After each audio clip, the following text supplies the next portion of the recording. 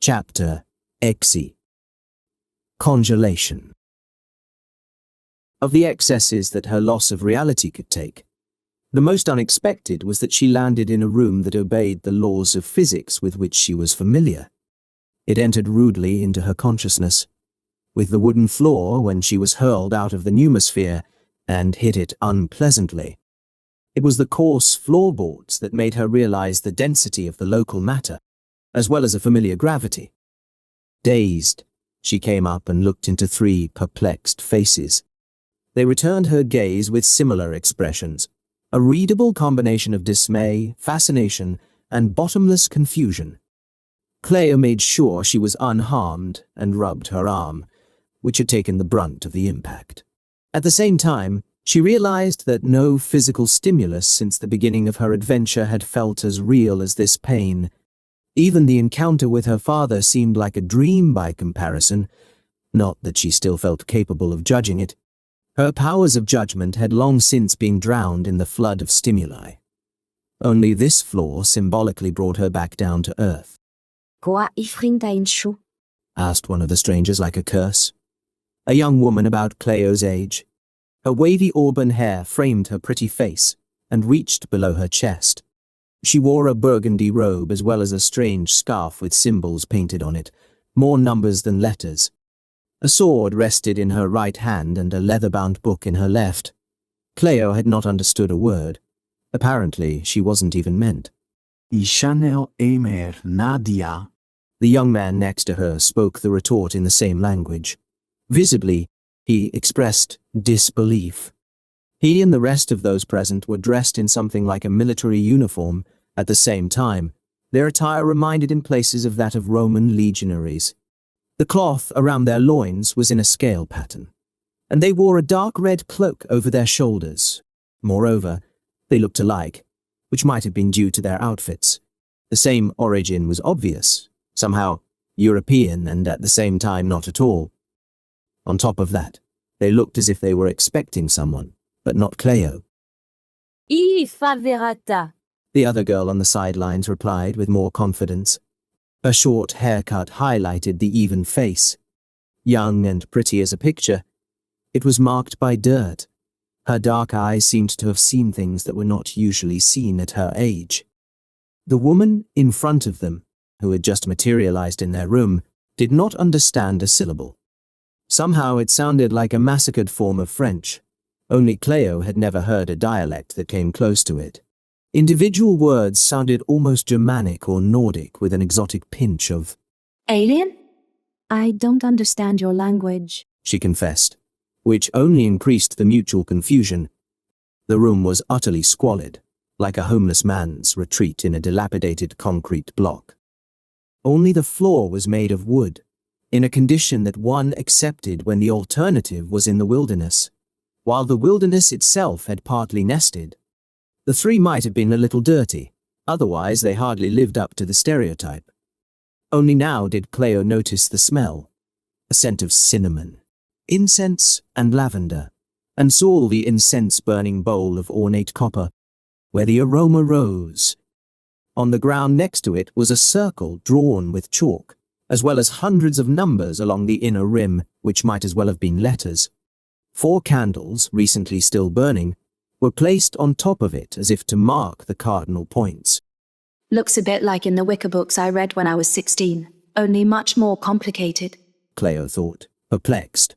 The circle itself seemed more like the complex matrix of a quantum computer than a witch circle.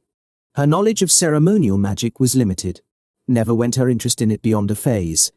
It was enough to understand that the 3 were performing a ritual here, into which she so ingloriously crashed. Close, Hissed a 4th person all at once, and they all stopped, pausing in silence. Kleio didn't need to know the language, understood that he wanted to keep the noise level to a minimum. He whispered. Laxaria. A slightly older man in the same uniform, only more insignia on it, sat alertly by the window, peering out. He held on to a rifle and moved out of sight. There had to be something outside that agitated him, regardless of what it was. He wanted to remain unseen. His body language became universally intelligible. Kleio walked slowly toward the window with the intention to look inconspicuously. The man stopped her from doing so. Quick as a flash, he put down the rifle, grabbed her by the wrist, covered her mouth, and pulled her away from the window. Idea as a shial. He spoke nervously, yet trying hard to keep his voice down. The robed woman packed up her things in a rush, put her book together with the candles in a leather pouch, and wrapped the sword in a silk cloth. Kleio released herself from the grasp of the ruffian and rubbed the places where his calloused hands had touched her. Tigavu fantos, He said. She doubted that it was an apology. With a frantic movement of his head, he signaled for her to follow them. The rest had already gathered at the door. The girl glanced around the corner, segregating the situation. She beckoned the others closer, which probably meant the coast was clear. Kleio took a few steps toward them. Although she made every effort, the floorboards creaked beneath her feet. The ruffian looked at her deeply annoyed, obviously wishing for more discretion, and could not vent his anger. Kleio tiptoed with the four strangers into the hallway. Down a flight of stairs, they crept among the rubble. Everywhere lay shards and dirt, laid like traps to give away their position. She understood little of what was happening, but the fear of these people suggested how appropriate it was to be quiet. On the first floor, they walked through a corridor. The girl with the short haircut walked ahead of them, suddenly held her arm out to them.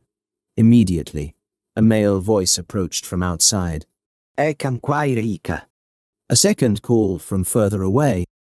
Expectar quilik. Kleio understood them just as little, but they sounded different, sharper, familiar, and both completely foreign, halfway like a guttural Latin. Where have I landed here? She asked herself. The tension literally settled in the air, built up in each of them. They remained quiet as mice, waiting until they could finally move on as soon as the men outside the building had left. Simple mathematics made Kleio put one and one together. Although the eldest of them had dealt roughly with her, she felt it was gentle in comparison to what the people on the outside would do to them. Provided she was on the right side of the front, regardless of whether there was a right one. No matter which of the two parties she was ideologically closer to, they would certainly associate her with the enemy if she made herself known. Besides, she did not want to expose these people who, despite everything, seemed less threatening than the unknown. As if for reassurance, she saw the rifle tremble in the grasp of the ruffian. They all held their breath as a shadow loomed at the threshold of the entrance. The girl in the front waved her left hand to the back.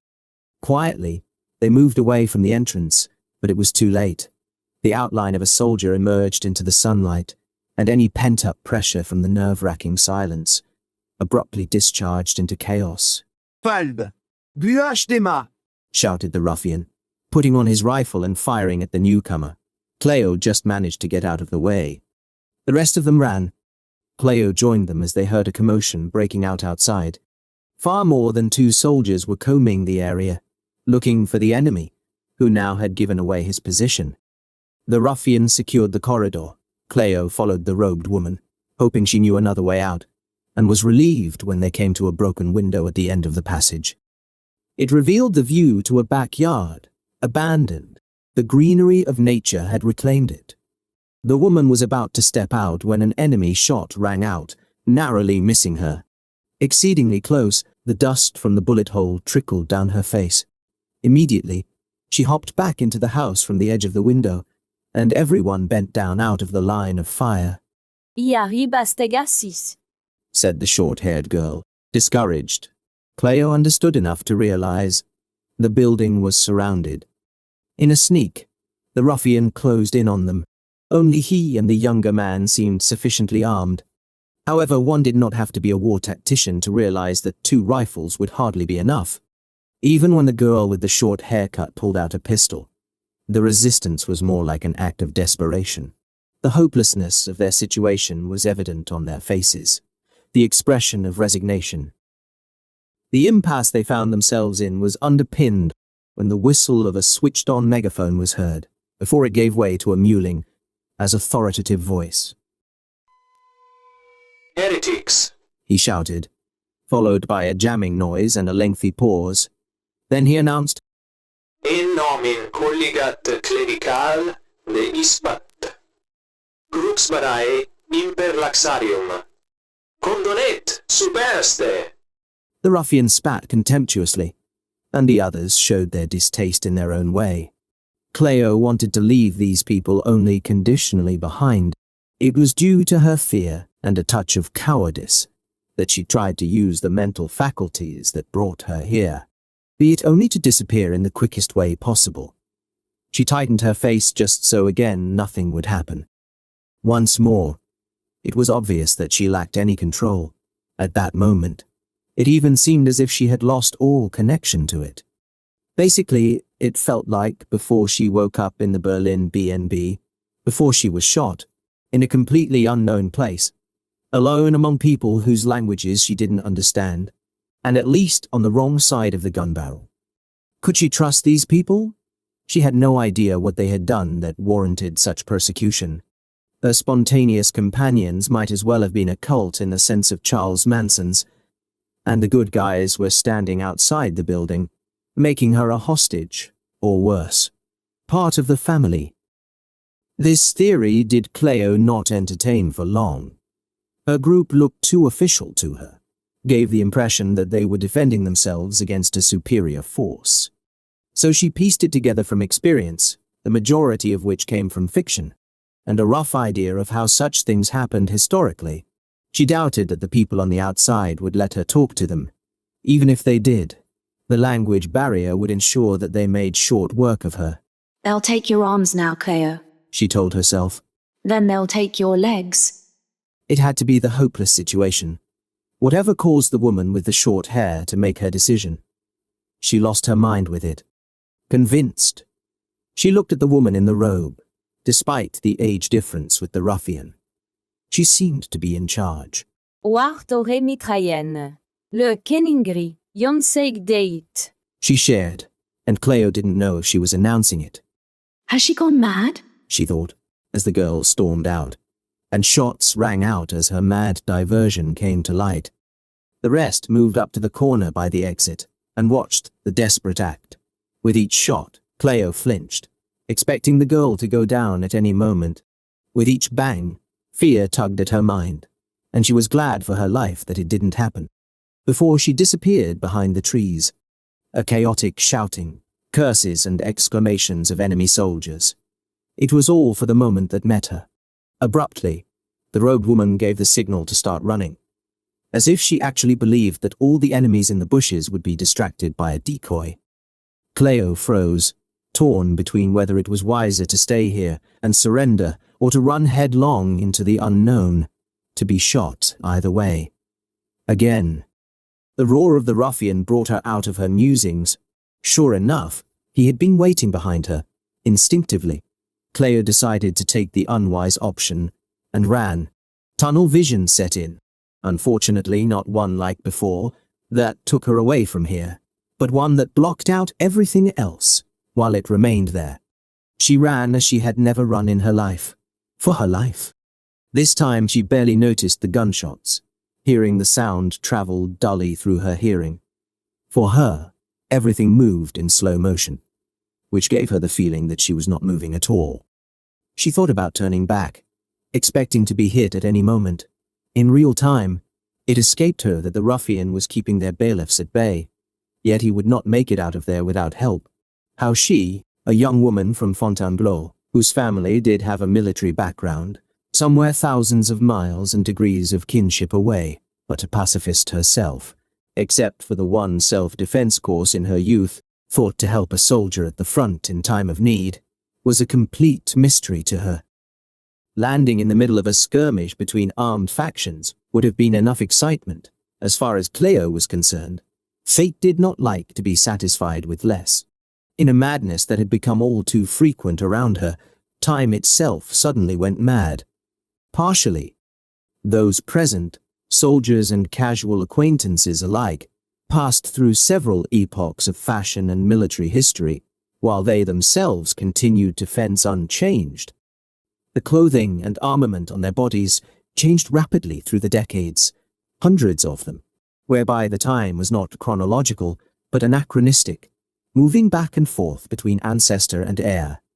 One moment they held spears and clubs, the next bows and arrows, promptly to simple firearms and back again to swords and hooked rifles. Those who were involved in the battle did not notice. Only Kleio was spared from the time anomaly and watched it as an observer. The surroundings also changed with the zeitgeist. Buildings and landscape, everything around her formed as if in a broken time-lapse of the seasons. She felt nauseous while the conflict continued undisturbed. The volatility of Kronos had an impact on the course of their skirmish. Just as one of the soldiers ran at the ruffian, wanting to deliver him to his sword, the latter suddenly clasped a gun and shot him down because his opponent was seeking close combat uncovered. It was absurd to watch the goings-on. Why don't they notice it? And why do I remain as I am? They didn't notice anything. Lived every moment of their history. Repeating rifles became semi-automatic. Half became full and full became different. Technologies took on unprecedented shapes, never known, evolved and regressed, crisscrossed at the same time, and settled somewhere in between.